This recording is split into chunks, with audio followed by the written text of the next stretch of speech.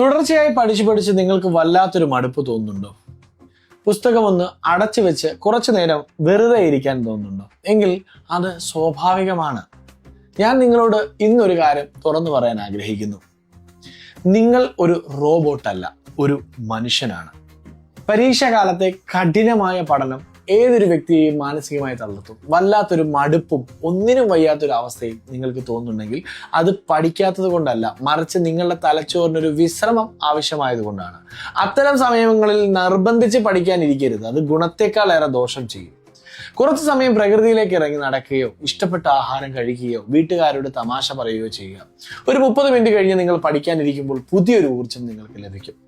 Rai nursing admission guidance വഴി ഞങ്ങൾ ലക്ഷ്യമിടുന്നത് മാർക്ക് വാങ്ങുന്ന യന്ത്രങ്ങളെ ഉണ്ടാക്കലല്ല, മറിച്ച് മാനസികമായി കരുത്തുള്ള പ്രൊഫഷണലുകളെ വാർത്തെടുക്കാനാണ്.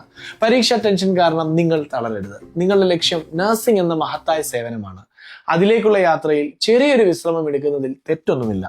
സ്വയം സ്നേഹിക്കുക, പരീക്ഷയെ ആത്മവിശ്വാസത്തോടെ നേരിടുക. ഇന്ന് നിങ്ങൾ ചെറിയൊരു ബ്രേക്ക് എടുക്കുന്നെങ്കിൽ ബ്രേക്ക് എന്ന് കമന്റ് ചെയ്യും ആൻഡ് റിലാക്സ് ചെയ്യും.